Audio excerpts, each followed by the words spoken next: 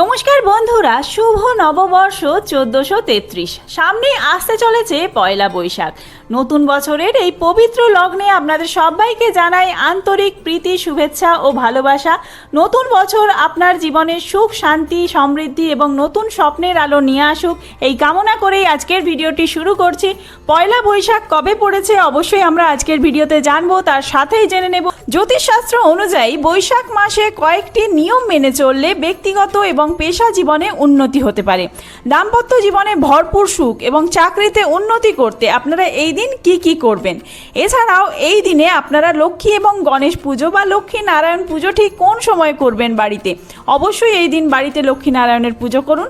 কি উপকরণ লাগবে, কিভাবে পুজো করবেন, আর এই দিনে আপনারা কোন কাজগুলি করবেন, কি করবেন না, যাতে আপনাদের সারা বছরটা খুব সুন্দরভাবে ভালোভাবে কাটে, সেই সমস্ত কিছুই জানাবো আজকের ভিডিওতে। তো চলুন বন্ধুরা, আর দেরি না করে ভিডিওটি শুরু করা যাক। যদি আমার চ্যানেলে নতুন হয়ে থাকেন অবশ্যই চ্যানেলটি সাবস্ক্রাইব করে এবং ভিডিওতে একটি লাইক করে শেষ পর্যন্ত সাথে থাকবেন। আশা করি ভিডিওটি আপনাদের জন্য খুবই হেল্পফুল হবে। ভিডিওটি শুরু করার পূর্বে আপনাদের জানিয়ে রাখি যে সিংহ, মেষ, ধনু আর তুলা এই 4 রাশির জাতক জাতিকা যারা রয়েছেন তাদের জন্য এই বছরটি অত্যন্ত সুন্দর এবং সুখের হতে চলেছে। তাই এই 4 রাশির জাতক জাতিকা যারা দেখছেন ভিডিওটি অবশ্যই কমেন্ট বক্সে জানাবেন। শুভ নববর্ষ প্রত্যেক দর্শক বন্ধুকে। চলুন ভিডিওটি শুরু করা যাক। চলতি মাসের মাঝামাঝি সময়ে বাঙালিদের নববর্ষ। বৈশাখ মাসকে বলা হয় ভগবান বিষ্ণুর মাস, একে মাধব মাসও বলা হয়।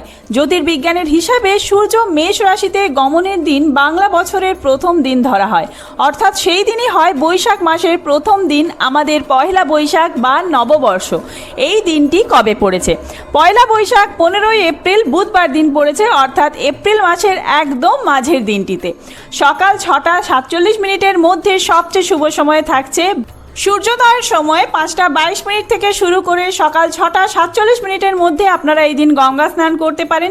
এছাড়াও অমৃত যোগ থাকছে যেই সময়গুলিতে, সেই সময়ের মধ্যে আপনারা অবশ্যই বাড়িতে লক্ষ্মী নারায়ণের পুজো করবেন।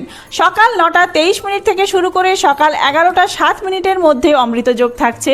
এছাড়াও শুভ সময় থাকছে দুপুর 3টে 27 মিনিট থেকে শুরু করে বিকেল 5টা 11 মিনিটের মধ্যে, আর সন্ধ্যা 6টা 47 মিনিট থেকে শুরু করে রাত্রি 9টার মধ্যে। যাদের বাড়িতে পুজো রয়েছে বা দোকান পুজো রয়েছে, এই সময়গুলির মধ্যে যে কোনো একটি সময়ে আপনারা পুজো করতে পারেন। এই দিন অবশ্যই আপনারা ভগবান বিষ্ণুর পুজো করবেন। সূর্যোদয়ের আগে ঘুম থেকে উঠে সূর্যদেবকে আগে জল নিবেদন করুন।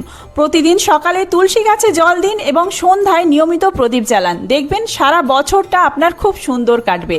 শিবলিঙ্গে জল ও কালো তিল নিবেদন করুন এই নববর্ষের দিনে। গঙ্গা স্নান করুন। গঙ্গায় গিয়ে স্নান করতে না পারলে বাড়ির জলেই গঙ্গা জল মিশিয়ে স্নান করতে পারেন। বিষ্ণুর সঙ্গে লক্ষ্মী দেবীরও আরাধনা করতে হবে অবশ্যই এই নববর্ষের দিনে। চাকরি অথবা ব্যবসায় দ্রুত উন্নতি করতে চাইলে বৈশাখ মাসে তুলসী পাতা নিবেদন করুন বিষ্ণুর চরণে। সুখী দাম্পত্য জীবন লাভ করতে চাইলে বৈশাখ মাসে স্বামী স্ত্রী একসঙ্গে বসে মিষ্টি নিবেদন করুন, বিষ্ণুর পদ্মনাভ রূপের আরাধনা করুন। বৈশাখ মাসে মধু এবং তুলসী পাতা নিবেদন করুন বিষ্ণুকে, মাধব রূপে আরাধনা করুন। এর ফলে সংসারে সুখ সমৃদ্ধি আসবে। জীবনের কোনো সংকট থেকে মুক্তি পেতে চাইলে বৈশাখ মাসে বিষ্ণুকে পঞ্চামৃত নিবেদন করুন, তার মধ্যে একটি তুলসী পাতা দিয়ে দিন অবশ্যই। এই সময় বিষ্ণুকে দামোদর রূপে পুজো করতে পারেন। নিজের আর্থিক পরিস্থিতির পরিবর্তন ঘটাতে চাইলে আটার পঞ্জিরি তৈরি করে তার মধ্যে তুলসী পাতা দিয়ে বিষ্ণুকে নারায়ণ রূপে পুজো করুন। অর্থাৎ আপনারা যদি এই বৈশাখ মাসে শ্রী বিষ্ণুকে পুজো করতে পারেন, শ্রী বিষ্ণুকে সন্তুষ্ট করতে পারেন, তাহলে কিন্তু আপনাদের সারা বছরটা খুব সুন্দরভাবে কাটবে। চাকরি এবং ব্যবসায় যেমন উন্নতি হবে, তেমনই আপনাদের দাম্পত্য জীবনেও ভরপুর সুখ বিরাজ করবে। সেই কারণে অবশ্যই বৈশাখ মাসের প্রথম দিনটি আপনারা সুন্দরভাবে বিষ্ণু এবং মা লক্ষ্মীর আরাধনা করবেন।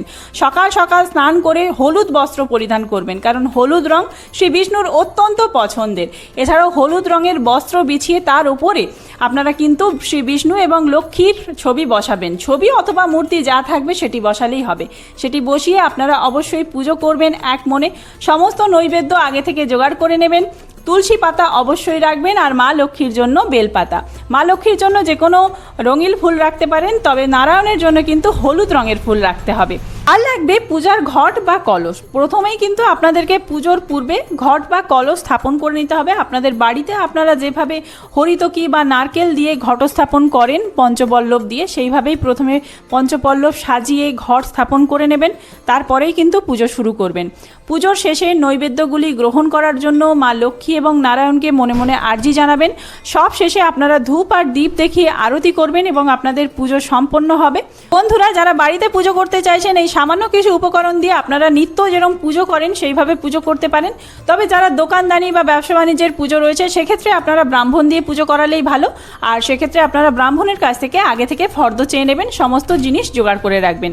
আজকের ভিডিওটি এই পর্যন্তই। খুব তাড়াতাড়ি নতুন কোনো ভিডিও নিয়ে আসছি। সেই সমস্ত ভিডিও দেখার জন্য অবশ্যই চ্যানেলটি সাবস্ক্রাইব করে সাথে থাকবেন এবং এই ভিডিওটি যদি হেল্পফুল হয়ে থাকে বন্ধুদের মধ্যে অনেক অনেক বেশি শেয়ার করবেন। ধন্যবাদ।